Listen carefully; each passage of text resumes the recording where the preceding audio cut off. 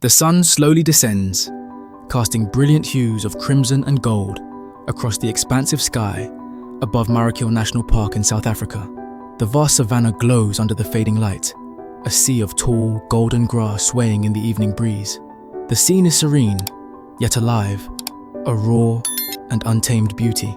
Amid this tranquil wilderness, a pride of lions emerges, composed of a dominant male and 5 lionesses. They move with silent intent, on the prowl for their next hunt. The male lion leads them, his thick golden mane catching the last light of day like fire. He walks with power and calm authority, his steps confident, unhurried. Behind him, the lionesses follow in close formation, their sharp amber eyes scanning the terrain for any sign of prey. Each muscle in their bodies moves with grace and purpose. The air is heavy with the scent of earth, grass, and something else, something unnatural. Marakele National Park is celebrated for its rich biodiversity.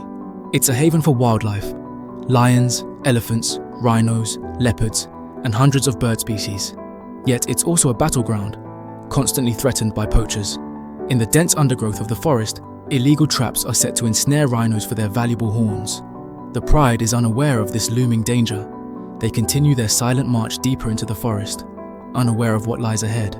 Suddenly, the male lion pauses. His nostrils flare. He senses something out of place.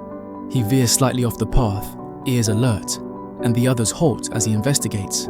Without warning, there's a sharp metallic snap. A roar of pain rips through the still air. The male lion collapses, his leg clamped tightly in a steel trap hidden beneath the grass. The trap, designed to capture rhinos, is brutal. Its iron teeth grip deep, drawing blood instantly. The male lion thrashes and roars, his pain echoing through the trees. Alarmed, the lionesses rush to his side, surrounding him with visible distress. Their eyes dart between their fallen leader and the unfamiliar object holding him down. He growls and tries to tug free, but every movement only deepens the wound. His roars soften into pained groans. The trap is massive, built to hold a creature much larger. Its powerful spring-loaded jaws bite down with relentless pressure. Minutes turn into hours. The sun dips further, shadows stretching long across the grass. The male lion lies panting, his strength draining with each passing second. The lionesses remain nearby, forming a protective circle around him. Occasionally, one leans down to lick the wound, offering what little comfort she can. The sky dims to orange, then to deep purple. Leaves rustle above as the wind picks up.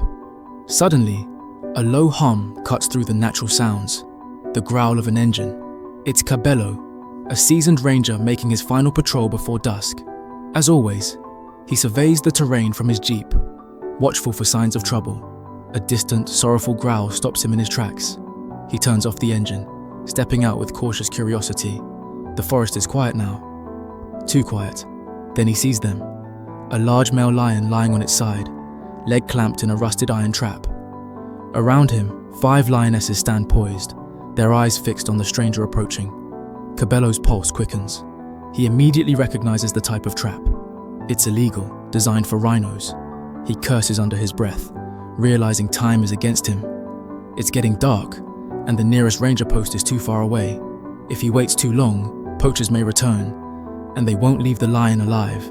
With resolve hardening in his chest, he grabs his tranquilizer gun for safety and begins a slow approach. He raises his hands, walking carefully, showing no threat. The lionesses growl softly, but hold their ground. The male lion lifts his head, eyes meeting Cabello's. There's no aggression, only pain, and perhaps a flicker of recognition. Trust is fragile here, balanced on instinct. Cabello sets the tranquilizer gun aside, deciding to act with bare hands. Sweat beads down his forehead and back. Each step forward is a gamble. The lion's leg is swollen, blood trickling down in dark streams. The steel jaws of the trap glint in the fading light. Cabello kneels, whispering gentle reassurances even though he knows the lions don't understand the words. But they seem to respond to the calm in his voice. The metal is old, but strong. He grips the trap, prying at the rusted joints with everything he has. Time slows. Every second feels stretched, heavy. The lion twitches, a low growl escaping, but does not lash out.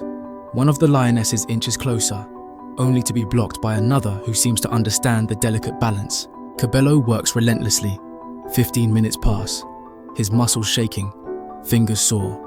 Finally, with a metallic creak and snap, the trap gives way. The lion roars, louder than before, but it's a roar of relief. The wound still bleeds, but the grip of death is broken. Cabello stumbles back for a moment, panting. Then he hurries to the car, retrieves his first aid kit, and returns to the injured lion. He gently disinfects the wound, cleaning away blood and dirt. The lionesses watch, wide-eyed and still, unsure what to make of this strange human tending to their leader. Cabello curses the cruelty of poachers again, this time aloud, as he carefully wraps the bandage around the lion's leg. He administers a mild stimulant to aid the lion's recovery. The needle barely pricks the skin, but the lion flinches slightly, then still and quiet again. Cabello is amazed at the animal's restraint, and silently thanks whatever force is keeping the lionesses calm. Night falls quickly. The wind turns cold. Cabello packs his supplies, glancing back one last time. The lion lies still, breathing more evenly now. After about 10 minutes, the stimulant kicks in. The male lion stirs, then slowly rises on unsteady legs. He limps, adjusting to the pain. The lionesses rush to his side immediately, forming a tight ring around him. Relief sweeps through them like a wave. Cabello watches from a safe distance. The lion turns to look at him again, holding his gaze for a moment longer this time. In those eyes, Cabello sees something deeper. Not fear, not hatred, but perhaps a faint glimmer of understanding. A silent thank you. Cabello nods, his heart full, and begins walking back to his vehicle. The engine rumbles to life, breaking the stillness once more. He drives off slowly, checking the rearview mirror. The pride of lions remains where they are, watching until the taillights disappear into the darkness. From that night on, the memory haunted and humbled him. Every evening, as he passed that spot on patrol, he paused, remembering the weight of the moment. Then, one day, as dusk painted the sky, he spotted a familiar silhouette in the distance. It was the male lion. He didn't approach, but stood watching calmly. The lionesses lingered nearby, concealed in the foliage. Day after day, the same scene repeated. The lion followed his car for several kilometers before disappearing again into the wild. It was quiet, subtle, but unmistakable. Cabello began to see it not as coincidence, but as a ritual. A quiet bond had formed. In that mutual respect, the ranger felt something profound, a connection to nature, rare and beautiful. And so, with each setting sun, Cabello looked forward to those moments. The trusting eyes of the lion reminded him why he protected this land. They were silent witnesses to a bond not written in words, but in courage, compassion, and shared survival. Dear friend, thank you for staying with us through this story.